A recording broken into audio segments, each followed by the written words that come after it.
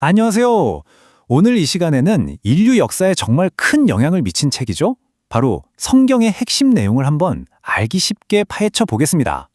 혹시 역사상 가장 많이 팔리고 또 가장 널리 퍼진 책이 뭔지 아시나요? 네, 바로 성경입니다. 지금까지 팔린 부스만 해도 무려 50억 부가 훌쩍 넘는다고 해요. 어마어마하죠? 사실 우리 주변에서 굉장히 흔하게 볼 수 있는 책인데도 막상 그 안에 어떤 내용이 담겨 있는지 또 어떻게 만들어졌는지는 잘 모르는 경우가 많아요. 그래서 지금부터 그 속을 한번 같이 들여다보려고 합니다. 자, 성경을 이해하기 위해서 가장 먼저 알아야 할 게 있어요. 성경은 그냥 책 한 권이 아니라는 겁니다. 여러 권의 책을 하나로 묶어놓은 말 그대로 하나의 거대한 서재라고 생각하시면 딱 맞아요. 한번 생각해 보세요. 무려 1600년이라는 긴 세월 동안 그것도 40명에 넘는 각기 다른 저자들이 참여해서 66권의 책을 썼다는 거잖아요. 바로 이 점이 성경의 독특한 구조를 이해하는 첫 번째 열쇠가 됩니다. 이 거대한 서재는 크게 두 부분으로 나눌 수 있는데요. 바로 구약과 신약입니다. 구약은 첫 번째 약속, 신약은 새로운 약속이라는 뜻을 가지고 있죠. 이 두 약속은 각각 다른 시대적 배경과 언어로 기록됐지만 결국 인류 구원이라는 하나의 큰 주제를 향해 가고 있습니다. 그래서 그 안을 자세히 들여다보면요. 마치 요즘 도서관에 여러 섹션이 있는 것처럼 정말 다양한 장르의 글들이 있어요. 법에 대한 이야기도 있고 역사서도 있고 아름다운 시도 있고요. 또 미래를 다룬 예언이나 누군가에게 보낸 편지 같은 글도 있죠. 그럼 이런 질문이 생기죠. 이렇게나 다양하고 다른 글들이 어떻게 그 기나긴 시간 동안 하나의 책으로 모일 수 있었을까요?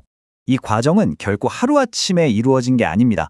아주 오랜 시간, 그러니까 수백 년에 걸쳐서 여러 글들이 수집되고 사람들 사이에서 읽히고 또 많은 논의를 거쳤어요.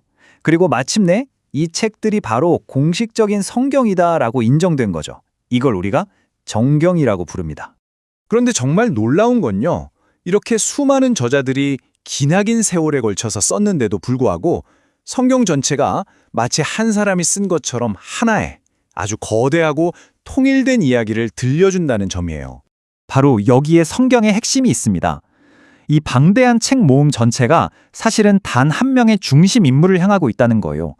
그래서 구약에서는 그분이 오실 것이다 라고 계속 가리키고 신약에서는 바로 그분이 오셨다라고 선포하는 거죠. 덕분에 하나의 일관된 이야기가 완성되는 겁니다. 신약 성경을 보면요. 예수님 스스로도 이 성경이라는 거대한 서재 전체의 중심 주제가 바로 자신이라고 직접 말씀하신 대목이 나옵니다. 자, 그런데 성경은 단순히 어떤 역사나 한 인물에 대한 이야기를 넘어섭니다. 이 책을 읽는 독자들을 위한 아주 구체적인 목적을 가지고 기록되었거든요. 이건 뭐랄까 성경이 스스로 밝히는 사용 설명서 같은 거예요. 총 4단계로 볼 수 있는데 첫째는 진리가 뭔지 가르쳐주고 둘째는 우리가 뭘 잘못하고 있는지 깨닫게 해주고 셋째는 그걸 어떻게 바로잡을지 방법을 알려주고 마지막으로는 올바른 삶을 살도록 계속 훈련시킨다는 겁니다. 그렇기 때문에 성경을 믿는 사람들은 이걸 그냥 한번 쓱 읽고 끝내지 않아요. 말씀을 듣기도 하고 또 깊이 연구하기도 하고 중요한 구절은 외우기도 하고요. 조용히 그 의미를 되새기는 묵상이라는 시간도 갖죠. 이렇게 여러 적극적인 방법을 통해서 그 가르침을 자기 삶의 일부로 만들려고 노력하는 겁니다. 수천 년 전에 수십 명의 손을 거쳐 쓰인 이 고대의 서재가 어떻게 지금 이 순간에도 수십억 명의 삶에 계속해서 영향을 미치고 있는 걸까요? 이 질문은 현대인의 삶과 생각에 성경이 던지는 아주 깊고 의미 있는 질문이라고 할 수 있겠습니다.